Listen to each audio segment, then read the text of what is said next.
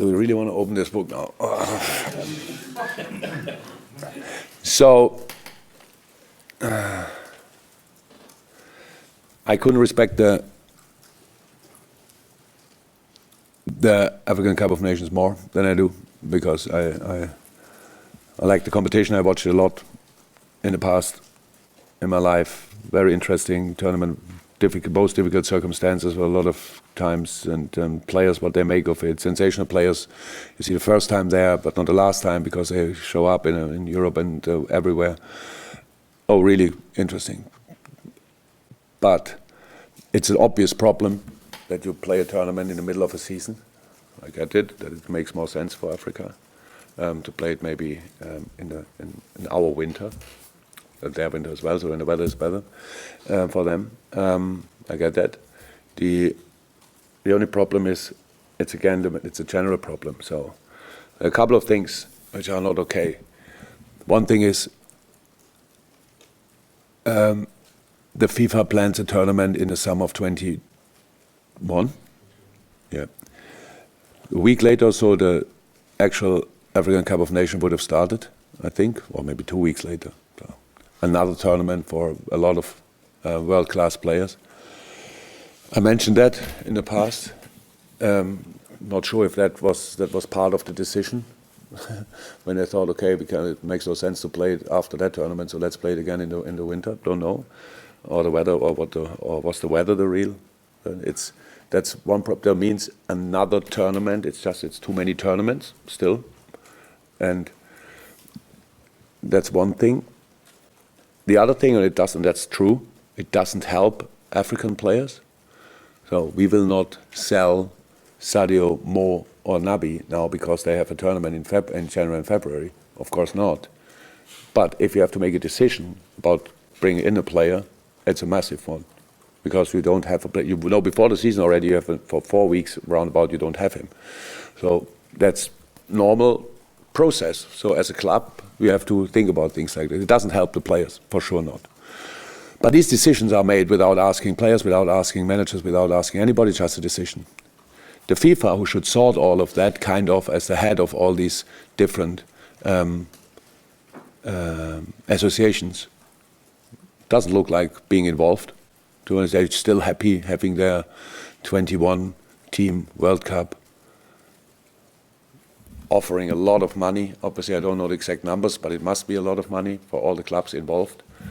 Means the clubs are like, well, maybe we can play it. Ask the managers, they would say no, but yes, we get paid off this money and stuff like this. It's a strange situation. So I know the discussions will start in the moment that we ask for lesser games, and everybody will tell us and take lesser money.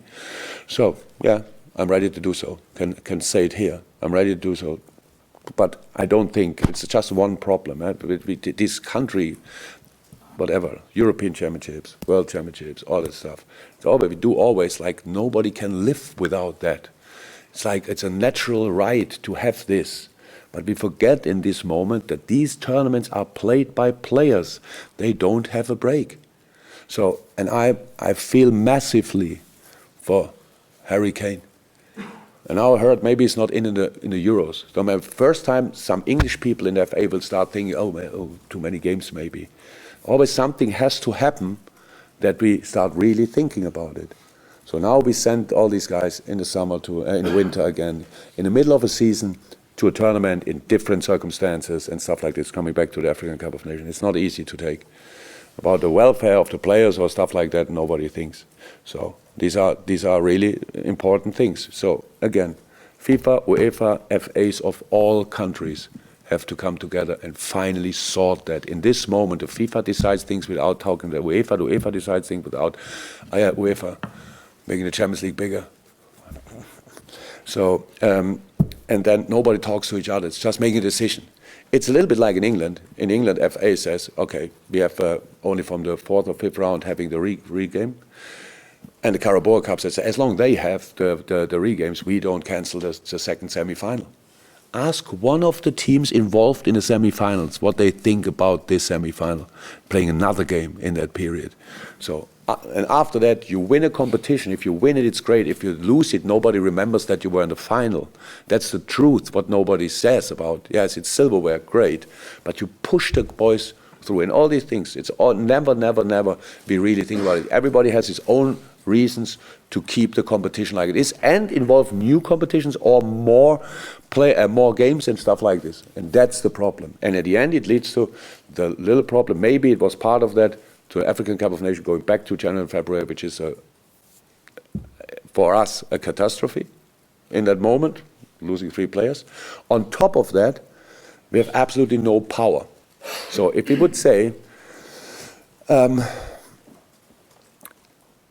don't let him go, the player is suspended. How is that possible that the company who pays the player cannot decide that the player has to stay or not, for example? Because if you would say, let's play the African Cup of Nations, but the players play in other countries, not in Africa, for example, cannot play it still would be a great tournament, but not the superstars, but the superstars of tomorrow, for example. I don't say that's a solution for it. It's just strange that we have absolutely no say. If a player is injured here, and we say he's injured, he cannot play for us, we have to send him to Africa, and then they have a look. Yeah, maybe in 1 or 2 weeks he's back. There's all things. And by the way, it's with all the other things, it's the same. So if FIFA, we don't have any say. We just sit there and plan the route, plan the flight for the boys, and here you go. Here you have them. And these are all things which is nowadays should not be like this. But I speak here about it, and nobody will listen. It's like the biggest waste of time ever. The Mona from Liverpool or whatever is again on track. So it's as long as nothing changes, I will say it all the time. It's because it's about the players. It's not 1 second about me. There's so many things to sort, but all these guys never find time to sit all together on one table and discuss that and make a general schedule. Here we have it. And on all these different games you have to play, yeah, here is a break for the players, right? Let's respect that.